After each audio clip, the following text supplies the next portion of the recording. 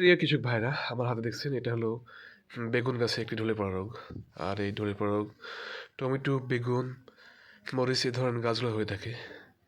আর ঢলে পড়া রোগ হলে জমির ফলন নষ্ট করে দেয় এবং গাছগুলো খুব দ্রুত মরে যায়।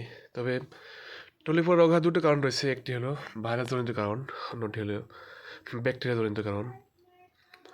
যদিও কখনো ব্যাকটেরিয়াজনিত কারণ হয় তাহলে গাছটা সম্পূর্ণ নষ্ট হয়ে যাবে, ফুলে ফুলে ভরে থাকার পরেও গাছটা নষ্ট হয়ে যাবে। আর কখনো যদি সেটা ভাইরাসজনিত হয় তাহলে গাছের এক অংশ, বিশেষ করে একটি সাইড বা দু একটি ডাল নষ্ট হয়ে যাবে।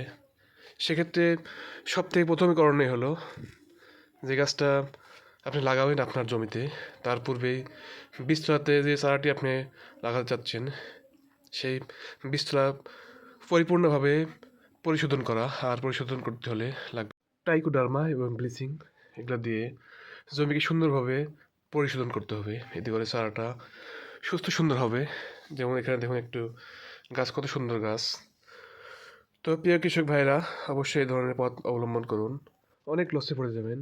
তবে সবথেকে একটু ভালো বিষয় হলো, যদি কখনো এই ধরনের গাছগুলোতে এ ধরনের ব্যাকটেরিয়া ভাইরাস লেগে যায়, ব্যাকটেরিয়া যদি লেগে যায় তাহলে পুরো গাছ মরে যাবে। গাছটা সঙ্গে সঙ্গে তুলে ফেলুন।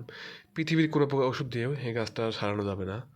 আর যদি দেখেন একটি সাইড মারা আছে, তাহলে কার্বন ডাইজিম জাতীয় পাউডার প্রতি লিটার পানিতে 1.5 মিলি হারে স্প্রে করে দিন সমস্ত মাটিসহ গাছগুলোকে। তো সবাই ভালো থাকবেন, আল্লাহ হাফেজ।